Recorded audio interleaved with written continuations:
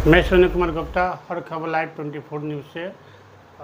अब मैं बक्सर ज़िला में हूँ और पूर्व जिलाध्यक्ष राणा प्रताप सिंह हैं और आगामी चुनाव को लेकर किस तरह तैयारियाँ हैं, क्या एजेंडे हैं, हम इनसे पूछना चाहते हैं। जी, किस तरह चुनाव की रणनीति इस बार बनी है, क्या है इस बार एनडीए की क्या रहेगी इस बार? जी देखिए, एनडीए की रणनीति कुछ विशेष नहीं होती है। एनडीए 12 मास 24 घंटे अपनी गतिविधियां जनता के बीच रह करके चलाते रहती हैं। अपने कार्यक्रम, अपने योजनाओं का जनता में चर्चा हमेशा होते रहती है। विशेष रणनीति हम कुछ नहीं बनाते हैं, इसलिए कि रणनीति जनता को तय करनी है। जी, जिस तरह तेजस्वी यादव जी कह रहे हैं हम आएंगे तो 10 लाख नौकरियाँ देंगे, तमाम तरह की बातें कर रहे हैं।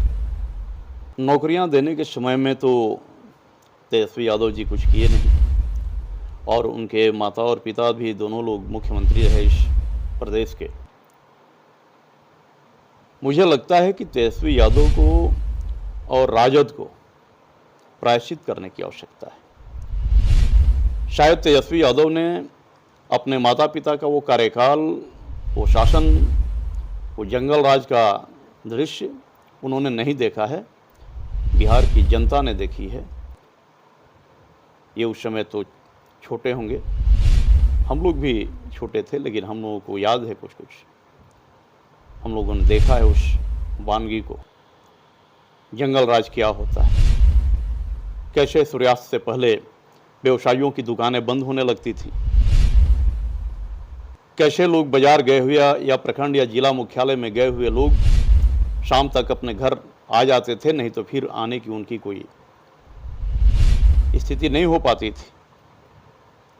इस बिहार ने वो मंजर देखा है। शायद उस मंजर के बारे में तेजस्वी यादव को आकलन नहीं है। वो पहले उस मंजर का आकलन करें और उसके बाद प्रायश्चित करें, तब जाकर के वो रोजगार की बात करेंगे। तो इस बार एनडीए कितनी सीट पर हावी रहेगी? देखिए, इस बार एनडीए का नारा है 200 पार, और 200 पार के नारे के साथ हम चुनावी रणभूमि में उतरेंगे। और निसंदेह रूप से मैं कहूँगा कि इस बार एनडीए अपार बहुमत के साथ पुनः एक बार नीतीश कुमार जी के नेतृत्व में बिहार में सरकार बनाएगी। क्या एजेंडे हैं इस चुनाव को लेकर इस बार? क्या मुद्दे रहेंगे विकास को लेकर इस बार?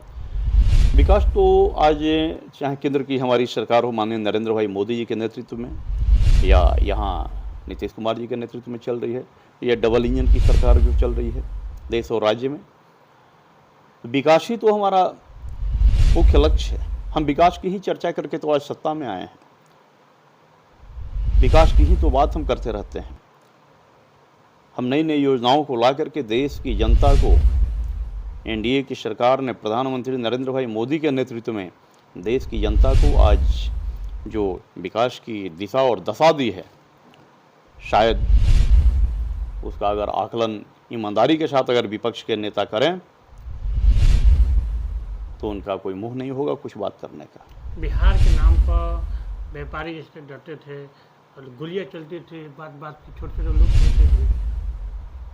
हाँ, ये जंगल राज में इस तरह की स्थितियाँ थीं, हम लोगों ने देखा है।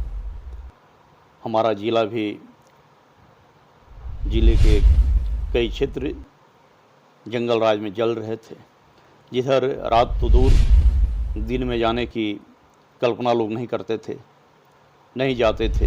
शादी ब्याह नहीं होता था, खेती गृहस्थी नहीं होती थी किसानों की, व्यवसायियों का व्यवसाय नहीं चल पाता था। तो उस तरह का ये स्थिति हम लोगों ने देखा है लालू यादव आरजेडी की सरकार में। और तेजस्वी यादव अगर विकास की बात करते हैं, रोजगार की बात करते हैं, तो ये छलावा साबित होगा, क्योंकि तेजस्वी यादव शायद विकास शब्द की व्याख्या नहीं समझ पाते हैं।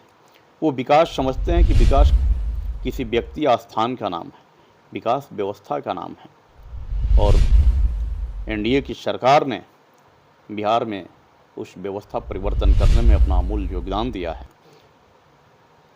जी जी, इस बार के जो विकास से एजेंडा है देखा जा रहा है, गांव से लेकर सर्वे से लेकर तमाम तरह की जो सड़कें हैं उस स्थितियाँ इस बार की क्या बता रही हैं?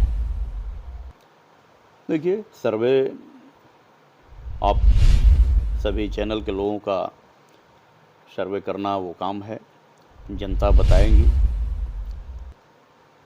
लेकिन हम लोग एक लक्ष्य को लेकर के चले हैं। हमारी सरकार नरेंद्र भाई मोदी जी के नेतृत्व में, बिहार में नीतीश जी के नेतृत्व में एनडीए को एक लक्ष्य मिला है कि 200 पार का हम आंकड़ा पार करेंगे और अपार बहुमत के साथ बिहार में सरकार बनाएंगे।